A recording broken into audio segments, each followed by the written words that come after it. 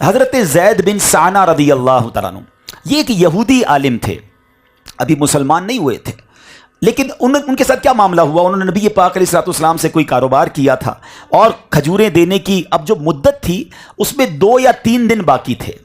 तो प्यारे आका अलैहिस्सलाम ने अभी 2-3 दिन बाद वो खजूरें लौटानी थी।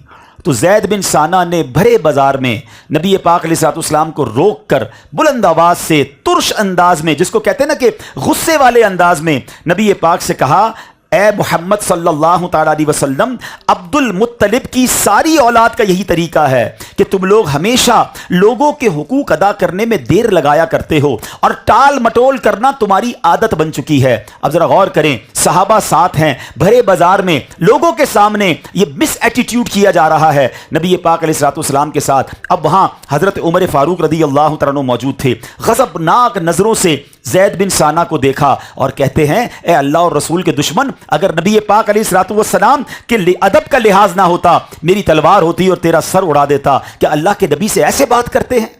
अब नबी पाक अलैहिस्सलाम का हिल्म और बुर्दबारी देखें। अब जरा अपने आप को पहले रखकर सोचें कि मैं कहीं बाजार में जा रहा हूं, मेरे साथ मेरे गार्ड्स भी हैं या मेरे दोस्त हैं, और जनाब मुझे कोई रोक के बदतमीजी करे, और अब बताएं लोगों का उस वक्त रिप्लाई क्या होता है। मगर नबी पाक हजरत उमर को देखकर फरमाते हैं कि ए उमर, तुम क्या कह रहे हो?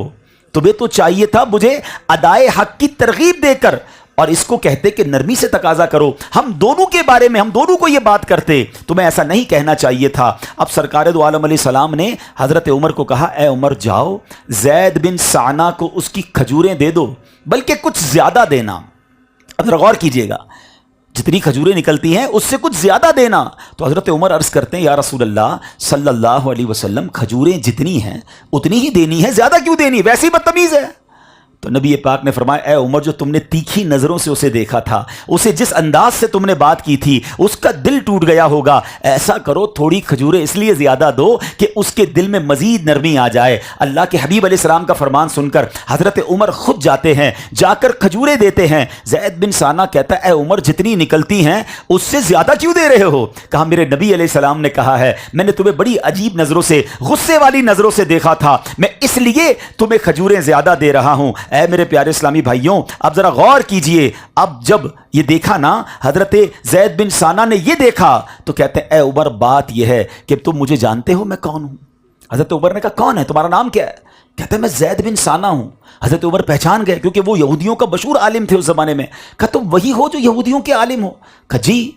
तो कहा, फिर तुम्हें पता नहीं अल्लाह के नबी से बात कैसे करते हैं? कहा, मुझे बिल्कुल इल्म है, मैंने आसमानी किताब में आखिरी नबी की निशानियां पढ़ी हुई हैं और मैंने इनकी ज़ात में नबूवत की तमाम निशानियां पहचान ली थी। 2 निशानियों का मुझे इम्तिहान लेना था, 2 निशानियों के बारे में मुझे चेक करना था कि क्या ये वही अल्लाह के आखिरी नबी हैं जिसका जिक्र हमारी आसमानी किताबों में है। ए उमर, वो 2 निशानियां ये लिखी हैं कि इनकी कुव्वत बर्दाश्त इनके गुस्से पर गालिब रहेगी, जिस कदर ज्यादा उनके साथ जहालत का बर्ताव किया जाएगा उसी कदर उनका सब्र तहम्मुल बढ़ता चला जाएगा। तो ऐ मेरे प्यारे इस्लामी भाइयों, जरा गौर कीजिए, प्यारे आका का कुव्वत बर्दाश्त भी है और जितना जहालत की गई उतना सब्र भी बढ़ता गया। सुभान अल्लाह। अब हजरत ज़ैद बिन साना क्या कहते हैं, ऐ उमर, गवाह हो जाओ, मैंने पहचान लिया है, मैंने दोनों चीजें चेक कर ली हैं, यही अल्लाह के आखिरी नबी हैं। और ऐ उमर, ये भी सुन लो कि अल्लाह ने मुझे बड़ा माल दिया है, मैं आधा माल राहे इस्लाम में वक्फ करता हूं,